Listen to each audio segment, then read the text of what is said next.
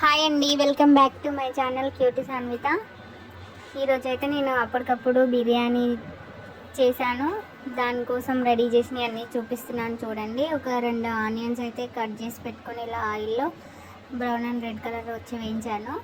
దాంట్లోకి కావాల్సిన ఇంగ్రీడియంట్స్ అన్నీ చూడండి. కొత్తిమీర, ఆనియన్, హోల్ గరం మసాలాలు, ఇంకా పుదీనా, బగారాకు, కొత్తిమీర. దీనికోసం 1 కేజీ తీసుకొని నేను 2 సార్లు అయితే చికెన్ కడిగి పెట్టాను.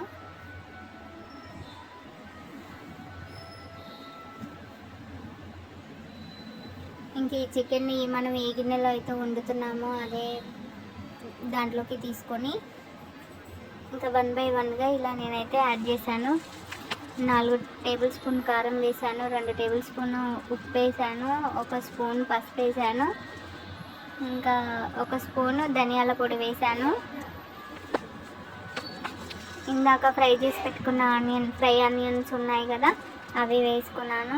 కొత్తిమీర, పుదీనా కూడా వేసాను. ఇవి ఫ్రై ఆనియన్స్, కావాలంటే ఇంకా చాలా కూడా వేసుకోవచ్చండి, మన ఇష్టము. నేనైతే ఇక్కడ కొద్దిగానే వేసాను. హోల్ గరం మసాలాలు కొన్ని అయితే నేను ఈరోజు అయితే డైరెక్ట్ తీసుకున్నాను. నార్మల్గా అయితే ఎప్పుడు మిక్సీ పట్టి వేస్తాను. ఇంకా 1 మీడియం సైజు లెమన్ రసం తీసుకున్నాను. వీటికి యాడ్ చేయాలన్నమాట. యాక్చువల్లీ అయితే ఇక్కడ ఫస్ట్ మొత్తం మిక్స్ చేయాల్సింది నేను. ఇంకా హడావిడిగా అప్పటికప్పుడు చేసామండి, పిల్లలు అడుగుతున్నారని. ఇంకా అందులోకి కొంచెం ఆచి బిర్యానీ మసాలా పొడి వేసాను.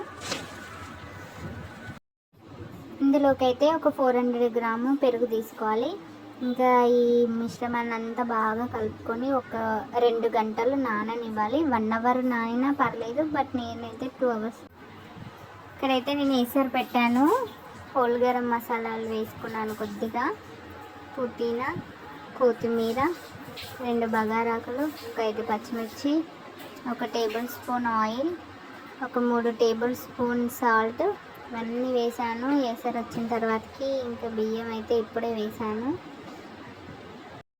ఇంకా రైస్ 70% బాయిల్ అయింది, ఉడికింది అనుకున్నాక మనం ఇందాక చికెన్ రెడీ చేసి పెట్టుకున్న మిశ్రమం ఉంది కదా, అది మరొక స్టవ్ పైన పెట్టి ఇలా ఈ రైస్ను కొద్దిగా అందులోకి తీసుకొని ఇట్లా పరచాలి వెడల్పుగా.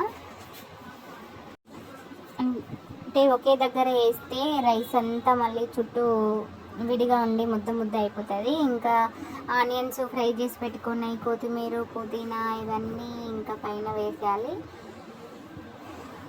వేసేసిన తర్వాత మళ్ళీ దీనిపైన మిగిలిన రైస్ని కూడా వేసుకోవాలి. ఇక్కడైతే నేను కలర్కు బదులు కొంచెం పసుపు, ఆయిల్ వేసి వాడాను. అప్పుడప్పుడు కలర్ కూడా వేస్తాను. ఇంకా అలా దమ్ చేసి పెట్టుకున్న తర్వాత పైన ఒక బరువైన వస్తువుని ఇలా పైన పెట్టాలి, హెయిర్ అనేది బయటకు పోకుండా. ఆయిల్లో ఇంకా మంచిగా మగ్గనివ్వాలి ఒక 20-25 మినిట్స్. ఇదిగో చూడండి, ఇంకా ఇలా మంచిగా కుక్ అయితే బయటికి ఇలా ప్లేట్ తీయగానే పొగలు వస్తాయి. 20 మినిట్స్ అయితే కన్ఫామ్గా ఉంచాలండి. ఫస్ట్ 10 మినిట్స్ హై ఫ్లేమ్, తర్వాత 10 మినిట్స్ లో ఫ్లేమ్. అంతే, ఇంకా బిర్యానీ రెడీ అయిపోయింది అన్నట్టు. ఎమ్మీ బిర్యానీ.